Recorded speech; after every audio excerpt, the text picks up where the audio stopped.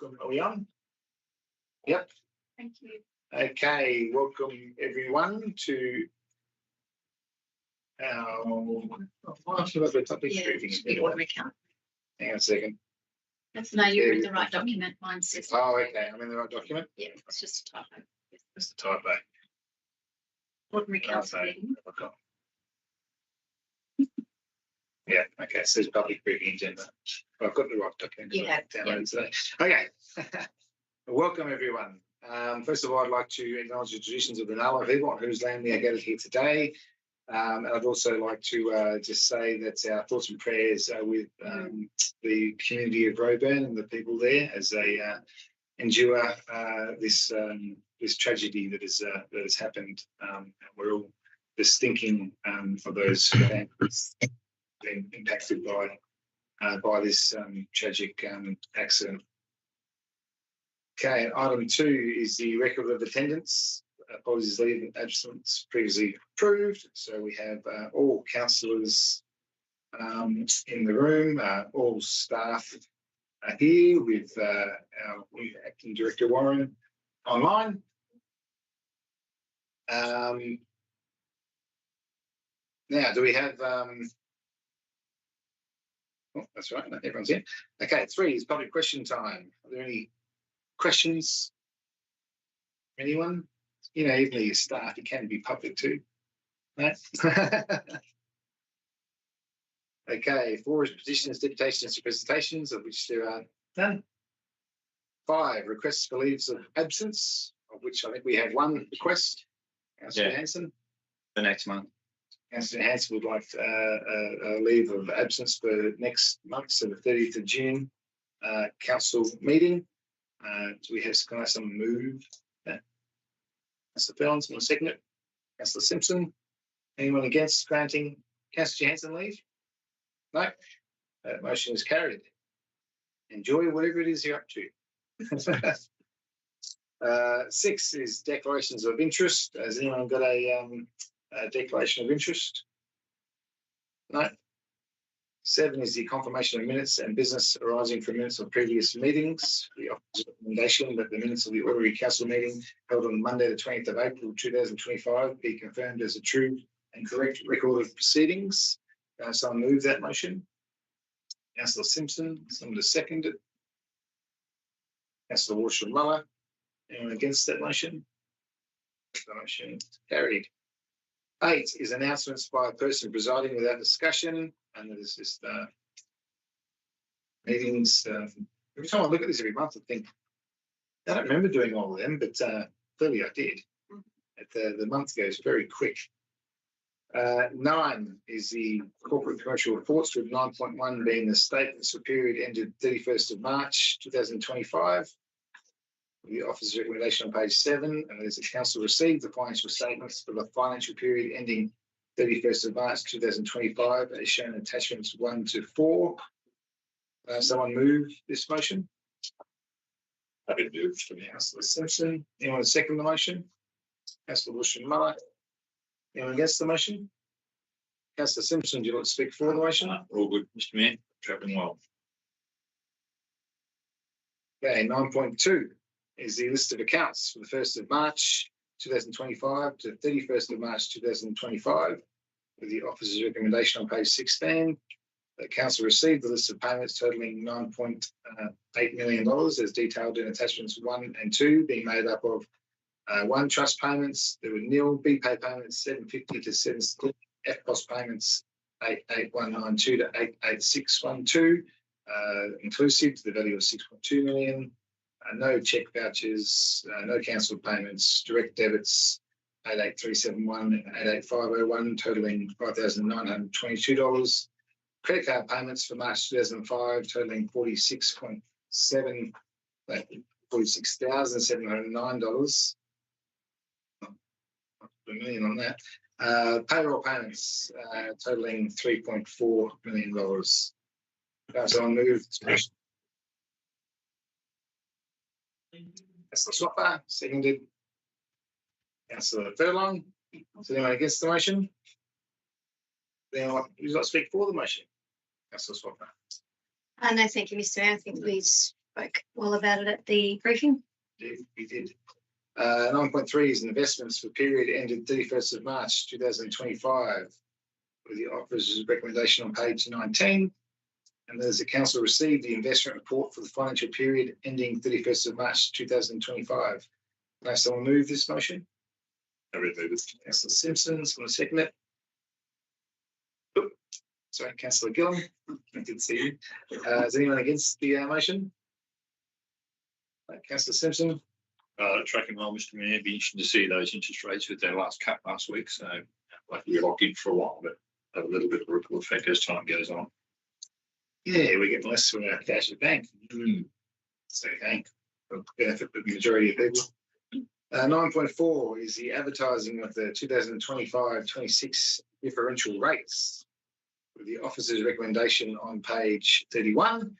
And that is the council will endorse the proposed objects and reasons for differential rates 25-26, and 2, advertise and invite submissions regarding the following proposed differential rates in 2025-26.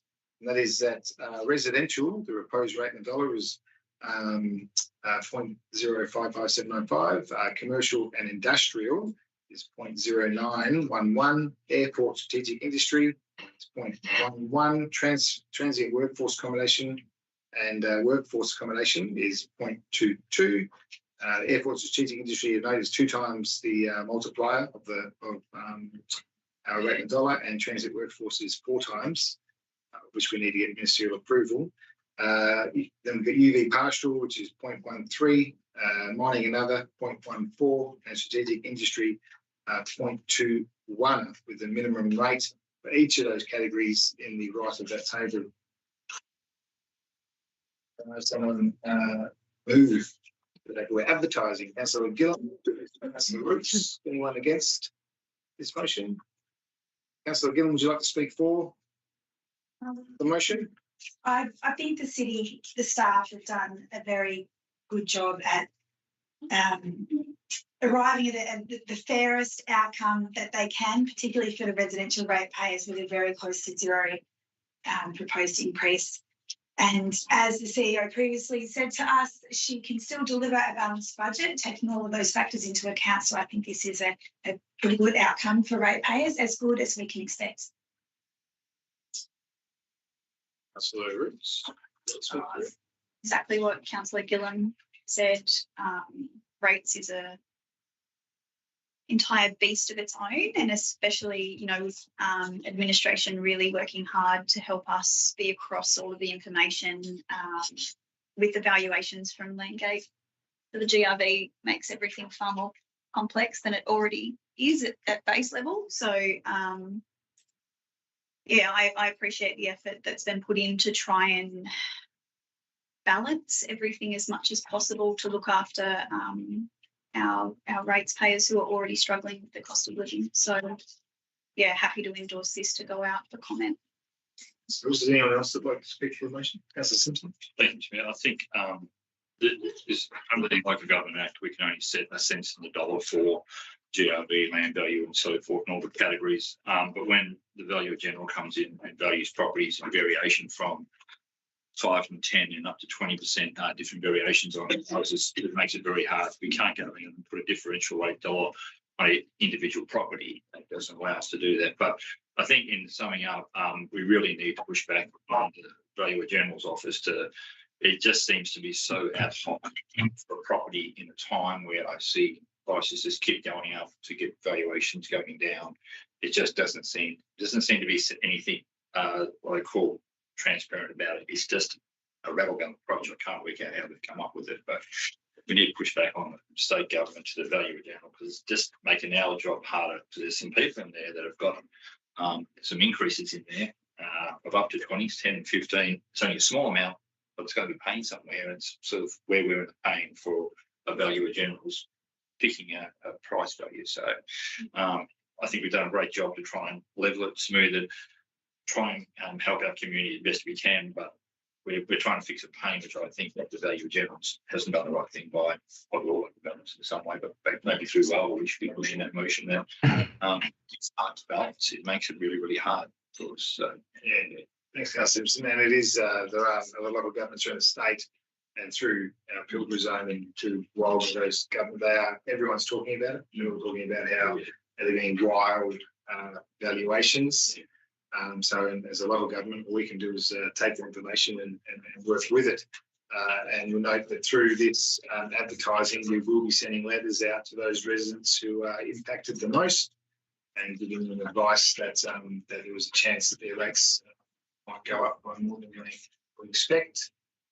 But as a local government, obviously we'll do whatever we can to ensure that our residents are front of mind for us when making our decisions. Okay, thanks for that. That motion is passed. 9.5 is the payment protection framework from the annual electors meeting. Notice of motion with the officer's recommendation on page 40, and that is that the council acknowledge the motion put forward at the annual electors meeting of the 24th of March 2025 for item 4.2.3 from N. Selton relating to payment protection for local subcontractors, and 2, support a review of the subcontractor payment protections, and 3, note that a further report will be presented detailing outcomes of the review. And you'll note that through this agenda, all the questions that are asked from the public briefing that we asked on these items are in there as well. Can I have someone move this motion? Councillor Johansson, someone to second the motion. Councillor Simpson. Is there anyone against the motion? No. Councillor Johansson, would you like to speak for the motion? Just to the point, it was great to be able to work with this ratepayer to bring this motion forward initially to the electors meeting. And it's good to see that we had a lot of residents turn out and present motions on the night. Thank you, Councillor Johansson. Councillor Woods. Who was I? Simpson, sorry. Would you like to speak for the motion? I'm happy. Motion in front. Yep. Yeah, I'd like to say, Councillor Johansson, it was good actually to have. I don't think a lot of people in this community knew that on our annual electors meeting, you could the public could come along and ask questions. So as much as a long night, yes, for some reason, it might be because I was sick in the head, but I enjoyed it. It was pretty good. All right. So that motion is passed. 9.6 is to re-adopt the 2023-24 annual budget with the officer's recommendation on page 44.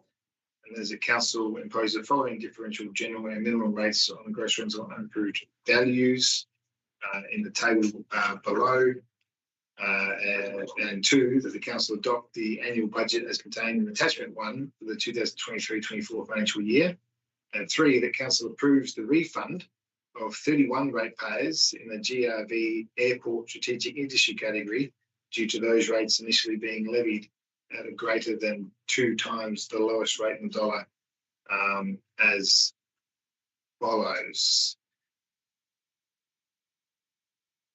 That is the Karratha Flying Services, Police WA, BP Australia, Viva Energy Aviation, Thrift Car Rentals, Hertz Australia, Avis Australia, Budget Rent a Car, Helicopters Australia, Woodside Offshore Petroleum, Babcock Offshore Services Australia, Aspen Medical, Yarra Pilbara Fertilisers, EDL LNG, Express Freighters Australia, Virgin Australia Cargo, CHC Helicopters, Indara Digital Infrastructure, Lagarde Proprietary Limited, Woodside Borough, Hammersley Iron, Quadrant Energy, Road River Iron, Venturex Pilbara, Woodside Energy for UV properties, Hammersley Iron, Northwest Aviation Services, Bristow Helicopters, and Airlink.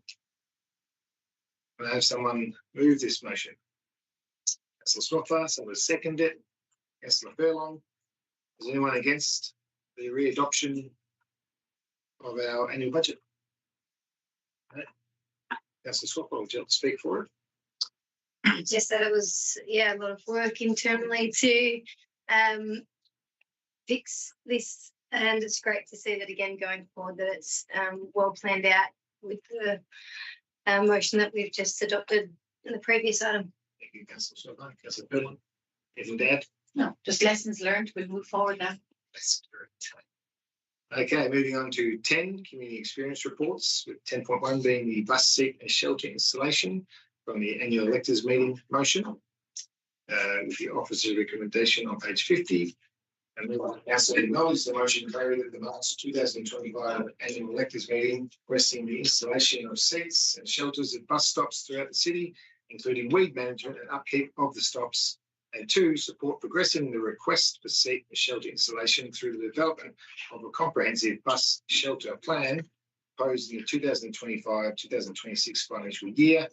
This plan will include an audit of existing bus stops and establish a prioritised delivery program. Can I have someone move this motion? Councillor Wilson-Muller, someone second it. Councillor Johansson. Is anyone against the motion? Right. Councillor Wilson-Muller, would you like to speak for the motion? Yes, just that was great to hear your person bring this to our attention. Obviously, they're passionate about their bus shelters, which is good at our annual electors meeting.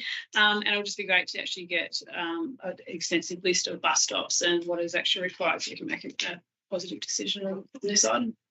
Yeah, and then we need to get, as Karratha, to have some extra routes and get the buses to locations that might get people to work, perhaps.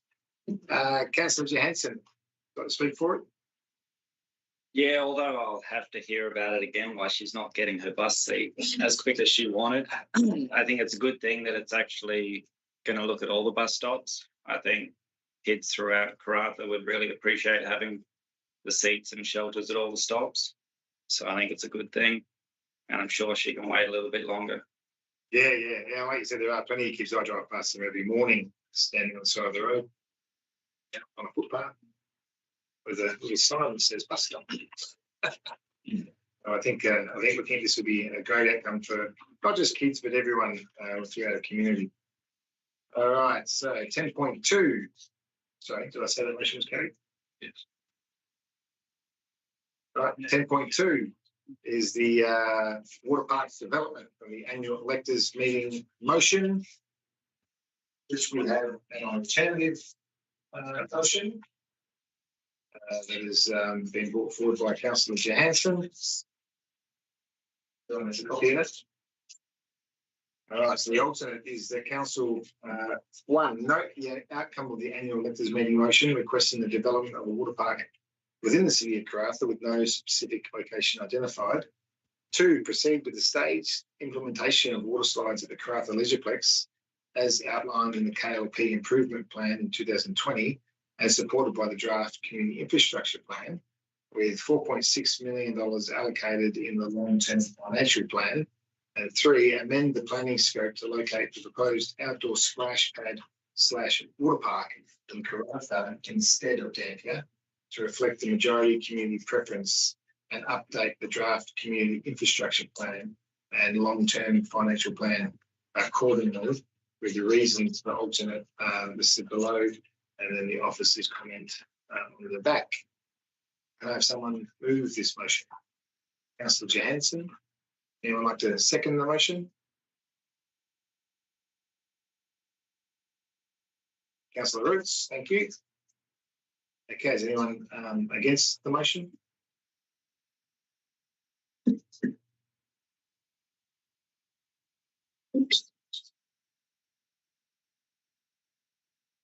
That's it. Yeah, just make sure who's who in the zoo. Okay, Councillor Johansson, would you like to speak for your motion?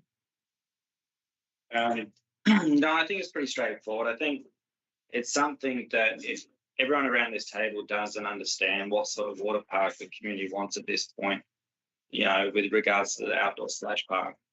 It's been said over and over in community survey after community survey. Something like the LeisurePlex slide proposal has been, a newspaper article I came across written in 5 years ago talked about the water slides happening at the LeisurePlex. It's something that the plans are there. We need to sort of just proceed with it and get on with providing what people have asked for. Councillor Johansson. Is anyone that'd like to speak against the motion? Councillor Wilson-Muller. I agree with Councillor Johansson's frustration of not getting things done. I think I totally understand that. I know when we did look at the leisure plaque, I was the one that wanted water slides as well, so I definitely for the idea. But just unfortunately, it was back in 2020, and those plans are now old. And now with our latest community infrastructure plan, obviously we need to work through what's most important for our community and through all our infrastructure in the city of Karratha, if it's for sport or recreation, whatever it may be. So I just think it needs to be in line with that. And also the 46 million allocated back then, obviously things have changed. It's a lot more expensive to build these days. So I just think it needs to be re-looked. So that's why I don't support the motion as Johansson has listed in front of us. Councillor Roots, would you like to speak? How you'd like to speak? Thanks. I appreciate that. I have questions. And I wanted it on the table to be able to. I was actually going to ask if we could go under standing orders to discuss, but I feel like that's a bit more information. I feel like I'd need more time to go over the 4.6 million that's previously been allocated. That's not something that was in my peripherals. I wasn't aware of that. No, but you might note that within the office's commentary, they're suggesting that it's insufficient at this day and time, the 4.6 million. Well, of the information that I have, because I know this has been discussed previously, that this has been looked at very in depth with feasibilities, and the conclusion in that time, a substantial amount of time ago, was that it's not feasible. It's not something that, although it would bring a lot of social benefit, it would actually be essentially a money pit for the council. And that's going on case studies all over the country, let alone the harsh soil that it would have to endure living here. So it's a tricky one. But I also share the frustration and have little people who also share the frustration. Yeah, trust me, being the mayor with kids as well, which is my favourites too. But to give some context, Councillor Roots, is that it's not that it wasn't a good idea at the time either back then when we thought about it. It's just that every council has to prioritise the decision making for the environment they're in at the time. And the priority just wasn't on the priority list of outcomes that the community needed at that point in time. But I'm glad it has been brought back to the table and brought through our community survey. Does anyone else would like to speak against the motion? Yeah, I would like to speak against item number 3. Really, the planning scope to relocate the water park to Karratha. I think we have 5 different towns in our area that we are responsible for as a council. So I think the feasibility should be for all 5 areas. That's more important to see which is the best fit. I'm not speaking that Dampier is the best fit or Karratha. I think that's why we should do this feasibility to see where is the best fit to put this park. There's another Woburn has been requesting a water area, play area for a very long time. And their pool is only open 6 months of the year. So there are other important aspects of our community infrastructure plan, which we are in the middle of at the moment. Well, I guess part of the feasibility study is that who says that there can't be more than one water splash pad in the community? All right, Councillor Johansson, would you like to speak for the motion again? I think before I can speak against it, you have to go forward, don't you? Well, I don't need everyone to speak against it necessarily. I think initially the concept of suggesting Karratha instead of Dampier, when people were asked during the community infrastructure planning consultation, it wasn't made clear to people then if they wanted a water park in Karratha or Dampier, they must say so. So a few people obviously attended the Dampier meetings and said a water park out here would be lovely. So that's where it's come about that Dampier sort of the proposed location, because if I knew that I needed to have said I want the water park in Karratha during those planning meetings, I would have said that, but I went there to ask for facilities for the swimming pool and for the tennis courts, for a timing board for the swimming pool, because not all sports seem to be sort of treated equally in town. Certain sports seem to get a lot more funding than others. When I was suggested the signboard for the swimming pool centre, it was advised I should submit a community grant. I wonder if the football club submitted a community grant for their signboard, their digital display. So going back to why it was suggested Karratha instead of Dampier, I don't think anyone, when they were completing the community infrastructure planning, thought that if they didn't suggest Karratha at the time, Dampier would be the proposed sort of suggested location. And knowing as a councillor sitting here, and we've sat here through so many discussions and talks regarding Dampier, about the issues we have in Dampier, it doesn't make any sense to go down the point of a feasibility study in Dampier. Water treatment plant has always popped up as an issue. You go on to, we tried to put a caravan park there. No, we can't do that. There's an issue. Everything we've looked at for Dampier has always had an issue. So why not focus on a town where we've got the ability to put it in, we've got the larger population that can use it and access it without having to jump on their bike and ride to Dampier, which isn't practical for a lot of kids, and just get on with it. That's what you answered.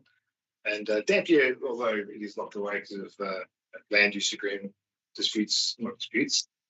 land use agreement in Dampier, there is still land that we have in Dampier that we can do things with.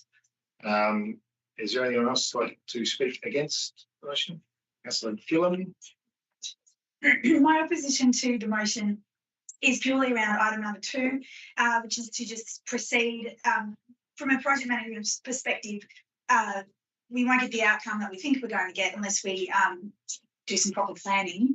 And as it comes from project management, poor planning is a major reason why you don't get the outcome that you want. So we'd need to go back and define, measure, analyse first before revisit the old feasibility plan, and then probably put it in the bin and start again. And so that's my opposition, because I'm down for water slides. I just think it needs to be done properly so that we get the outcome that we're actually seeking for, that's delivering value to the community, rather than just sort of slapping in some water slides with a 10-year-old feasibility plan. Okay, well, I think that's enough information from everyone from for and against, so we'll put it to the vote. So those for this motion, please raise your hands. Your answer. Those against the motion. That motion is lost. One eight. Okay, now that motion is not on the table. So we go to the substantive motion.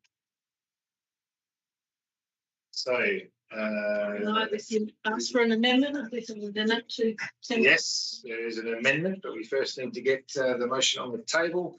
So the office of recommendation is that council acknowledge the motion carried at the March 2025 annual electors meeting, requesting a water park, including water slides.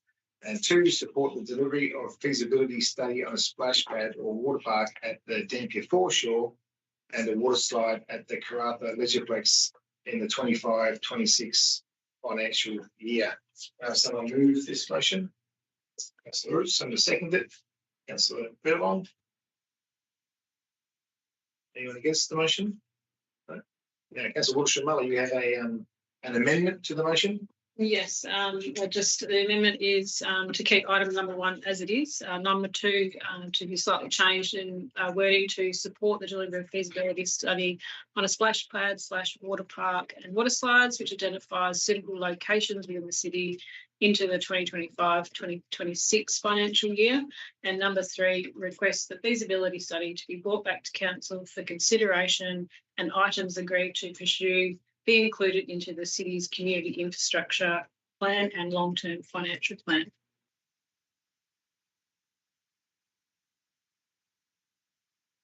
I have someone to move the amended motion. Councillor Nunn. Seconded Councillor Brooks. Is anyone against this motion? Councillor Nunn, would you like to speak for this motion? I think in line with what Councillor Gilman was saying before, I think it's really important to undertake the feasibility study to make sure that we are doing what it is and where is most suited. And like Councillor Scott said, that might be in 2 locations. So the feasibility study is really important, and the results of those feasibility study need to be included in the infrastructure plan and the long-term financial plan. So supportive of the motion. So done. Councillor Roots, do you have anything else to add for the motion? Possibly that was concise and covered everything. So just echoing what. Okay, well, this is now the substantive motion, so I'm going to get this to the vote. So those for the amended motion. 7, 8, 9. And that's all councillors for the amendment. So which is now carried. Councillor Hanson was for that motion. Okay.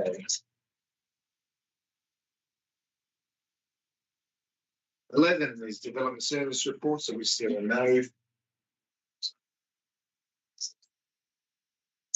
The amendment became the substantive. The original motion falls away.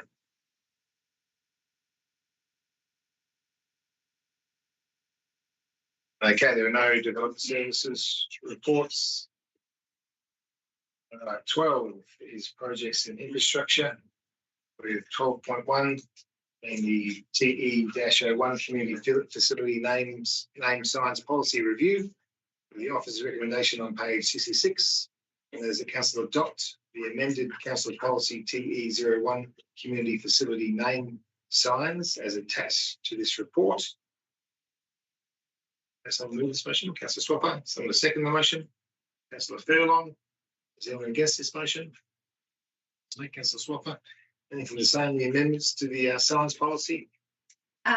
Just that it's great following on from the public briefing as well to confirm that non-for-profits are exempt from paying the cost for the installation as well, which was something that we raised at that meeting. So that's great. It's the value of our public briefing meetings. Okay, if there's no one against that motion, it is carried. 12.2 is the supply of reticulation pipe and associated fittings, a request to call for tender. With the officer's recommendation on page 71, and those that council agree to invite tenders for the supply of reticulation pipe and associated fittings for a period of 3 years with 2 by 1 year extension options, exercisable sole discretion of the city and in accordance with the scope of works as outlined in this report. Can I have someone move this motion? Councillor Furlong, someone to second it. Councillor Simpson. Is anyone against this motion? No? Councillor Furlong, nothing to add on? No, nothing to add. Are you sure? Yeah. Nothing to say about reticulation pipe?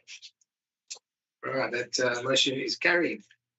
12.3 is the weed management from the annual electors meeting with the officer's recommendation on page 75. And there's a council note the information contained in this report as it relates to the city's current integrated weed management plan, and 2, continue to investigate options to improve weed management practices, including A, investigate alternative weed management methods to glyphosate and alternative methods to spraying activities, and B, work proactively with contractors and collaborate on weed management techniques to reduce chemical usage and Schedule 6 chemicals on residential properties outside of city's jurisdiction, and C, actively engage with property owners and agencies to manage weeds on non-city owned or vested management areas. Can I have someone move this motion? Councillor Muller, seconded Councillor Swaffer. Right, is anyone against the motion? Right, but we do have an amendment to this motion. Councillor Swaffer, would you like to speak to your amendment? Sure, thank you, Mr. Mayor. I agree with what was included in the report with the addition of adding in the development and implementation of a citywide chemical use policy. So I believe, the intent from the original electors meeting was to look more broadly at the use of chemicals across the city operations, so not just in weed management, which is why I think it's important to include this in as an additional opportunity to review that process. Thank you, Councillor Swaffer. So I'll read it out so everyone is clear online. So Councillor Swaffer has added in D, which is to develop and implement a city chemical use policy to guide responsible, transparent and sustainable chemical use across all city managed operations. Have someone move this amendment? Councillor Swaffer. Yes, Someone to second it. Councillor Furlong. Is anyone against the amendment to the original motion? No. Motion is carried as the amendment. Substantive. Very content. Okay. 12.4 is the Consing Bay access request and project update from the annual electors meeting motion. And the officer's recommendation is on page 80. And there's a council one note: the Murujuga Aboriginal Corporation own in freehold the Murujuga National Park and jointly manage with the Department of Biodiversity, Conservation and Attractions. And 2, note a request has been sent to the Department of Biodiversity, Conservation and Attractions, asking for the motion from the city's annual electors meeting to be shared with Murujuga Aboriginal Corporation and a response provided to the city in relation to the immediate reopening of the access track. Can I have someone move this motion, please? Councillor Gillam. Someone to second the motion? Councillor Waterstrom-Muller. Is anyone against the motion? No. Councillor Gillam, would you like to speak for the motion? Only to say that I think a response from the Murujuga Aboriginal Corporation would be valuable to our community, and I would also, in addition, like to note that I think it would be valuable for the city to invite Murujuga Aboriginal Corporation to come and the CEO to come and brief us on what they're planning and what they're planning on doing, and that also helps us build the relationship therewith. Councillor Waterstrom-Muller. Yes, just agree. Obviously, that's the Burrups are well loved.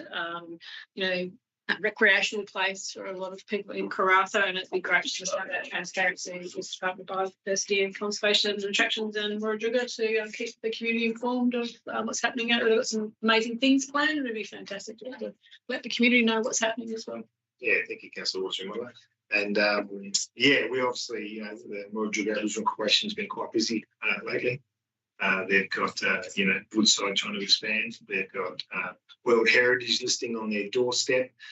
So I do think it's timely that we had a catch up with them, because based on some of these decisions coming in the future, the access and that road are key to unlocking some of the potential benefits to the Murujuga Aboriginal Corporation as they go down the World Heritage listing pathway.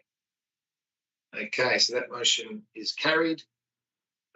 12.5 is the construction and delivery of the footpath and concrete program, a request to call for tender with the officer's recommendation on page 85. That is that council agree to invite tenders for construction and delivery of the footpath and concrete program for a period of 18 months in accordance with the scope of works as outlined in this report. Someone please move this motion. Councillor Simpson. Someone to second the motion. Councillor Roots. Is anyone against this motion? Councillor Simpson.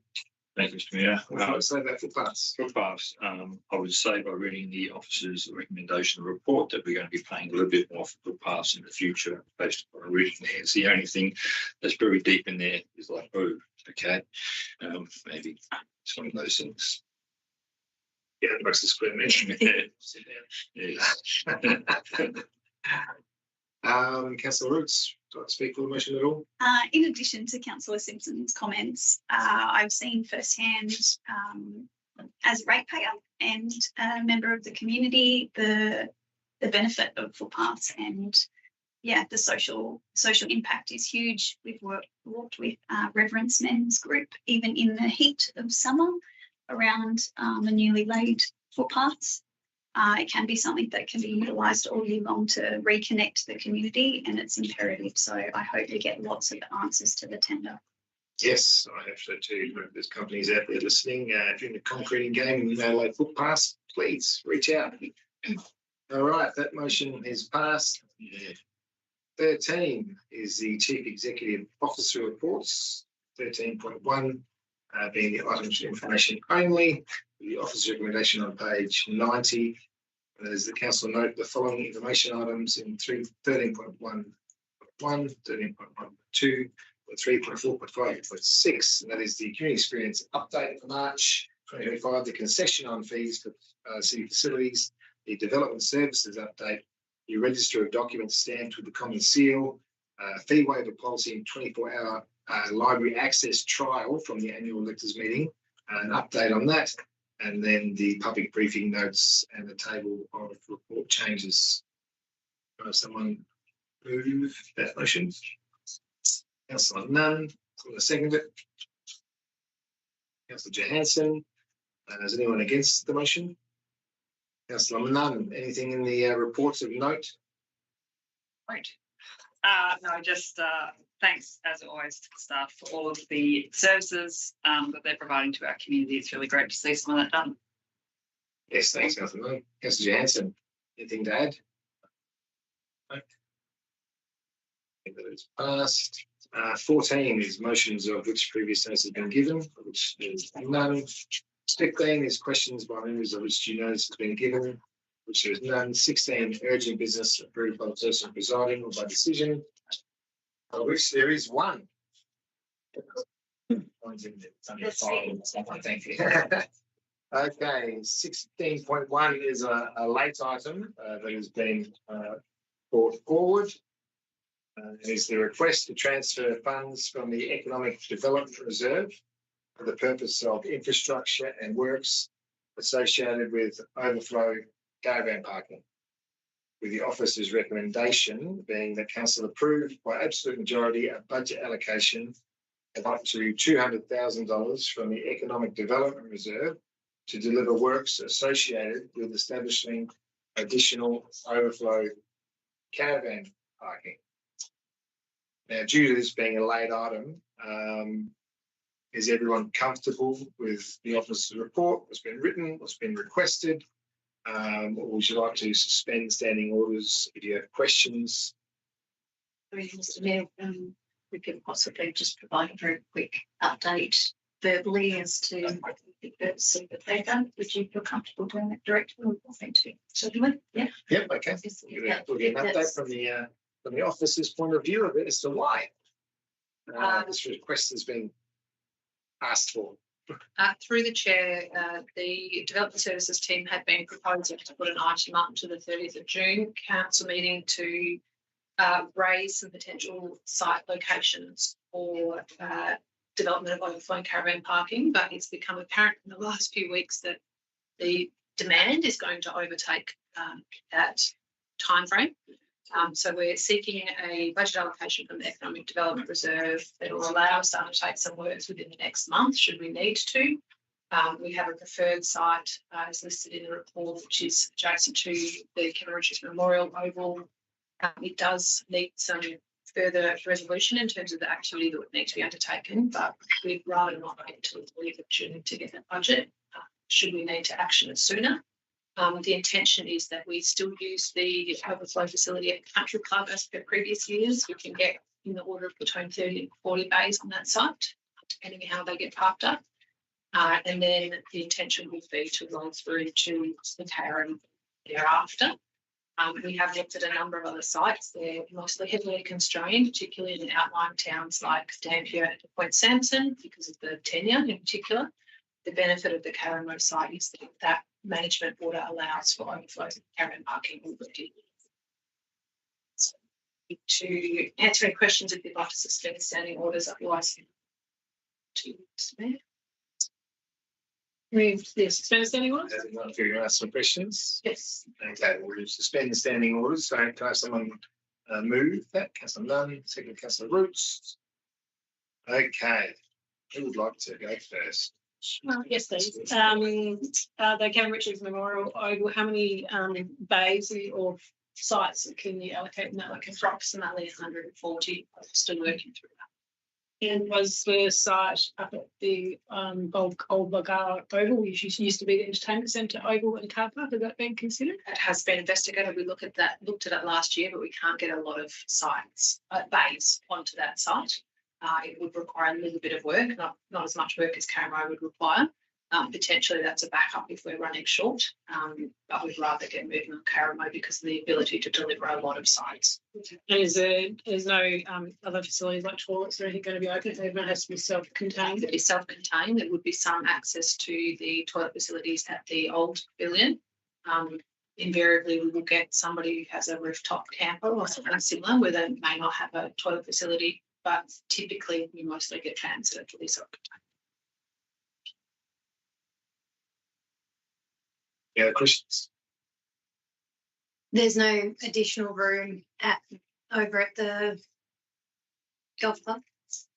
Unfortunately, the western side of the driveway is obviously used for the driving range already. Yeah, on the eastern side, there's some environmental constraints.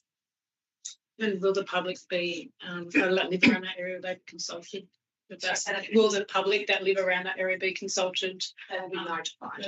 Yeah. So we're working through what management of Karamo would look like. We're trying to push as far away from the residential butters as we possibly can.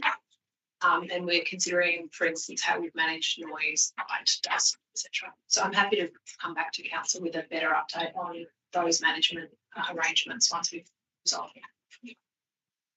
Yes, Roots. If I could, through the chair, can I just to make sure that I'm fully across this is essentially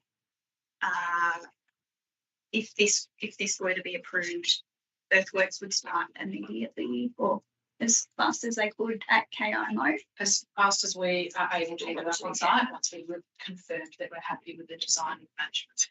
Sure. And this kitty would only be looking at KRMO, it wouldn't be able to look at extending sites that are already there or at the Bulgara. Through the chair, the resolution is not tied to KRMO. Right. We've just asked for up to $200,000. We haven't confirmed what the eventual cost will be. The intention is we don't draw down on the reserve if we don't need to. And the hope is that if, for instance, we are full for July and August, which is likely, that we will be able to largely offset that cost through the payment of fees for the service. There's obviously the additional costs, such as staff time that goes into managing it, but largely for a full 480 days, including the country club and the KRMO for 2 months, we largely earn investment back. Has there been any consideration to that if there's 140 extra bays and caravans aside, that's a good option for them because they are self-contained and then they don't go to the existing caravan parks that we may get businesses as this happened in Port Hedland, where people are paying a cheaper rate because they're self-contained, and then the caravan park starts missing out on trade. Through the chair, the intention is we do not open these facilities until the commercial operators have told us they're full. There might be on occasion the opportunity the potential that there's a few bays short at a commercial caravan park when we've already opened the overflow. But my expectation is that they are already largely booked and that it's very unlikely. And there's no grass or shade. So, caravan park is a better option. Yeah. Any other questions? Just quickly, I have read through it, but apologies, it hasn't really. I just wanted to be sure. I know the KDVC team are doing a roaring trade at the moment, and really they're doing wonderful. But do we know how their capacity is? Because they're obviously going to be impacted by this if it does come online, which we all know is very likely. I note that our projects and infrastructure team, do they sit in the projects and infrastructure team? No, through the shared sit within development services. Yeah. I expect that the impact on them is probably less than it would be on the ranges, for example. They use a booking platform called Book Easy. So caravan parks, the overflow caravan parks will be booked will look easy, the same as Cleaverville and Nerea. Sure. So I think the impact will actually more likely sit with the rangers and people that are going out there and trying to make sure that people are doing the right thing once they have settled into base. That's slightly off topic, slightly definitely related to this, but on the ranger comment, I recently raised the matter of rubbish out at Trustop, and I have noticed over the last couple of years that is really becoming an overflow caravan site. There's lots of campers parking on that stretch of road. We had conversations around how we manage that, or how much it's impacting. Through the chair, last year we didn't have a lot of overflow capacity either, so it wasn't a priority action for us to move those people on. We have discussed it with the service station operators in the past. They haven't been overly concerned with them being there. But the intention is that if we have a facility like this and longer term, we have a permanent tourist park, then we don't expect to see that kind of those kind of stays taking place. Any other questions? Oh, sorry, I was just going to say through the chair, and the directors touched on this, but there is an active project going on in terms of tourist park feasibility, looking at sites. So I suppose this is a short term, probably a 1 to 2 year proposition, while we're also looking at some longer term solutions as well. We will actually have a workshop to dive for you next month to speak to what we're doing in that space. Yeah, great.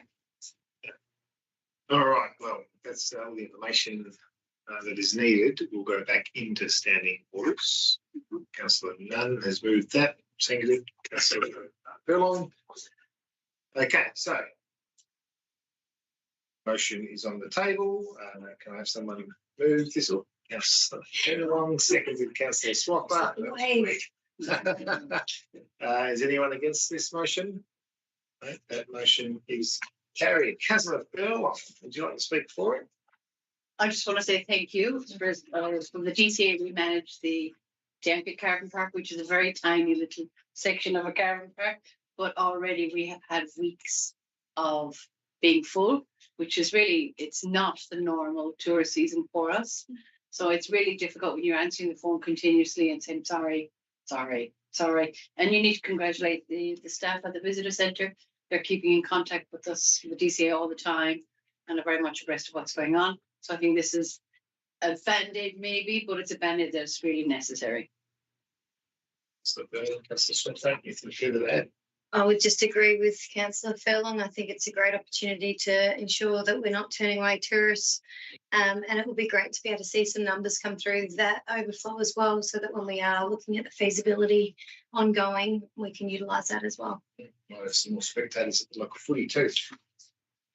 Okay, if there's nothing more to add, that motion has carried.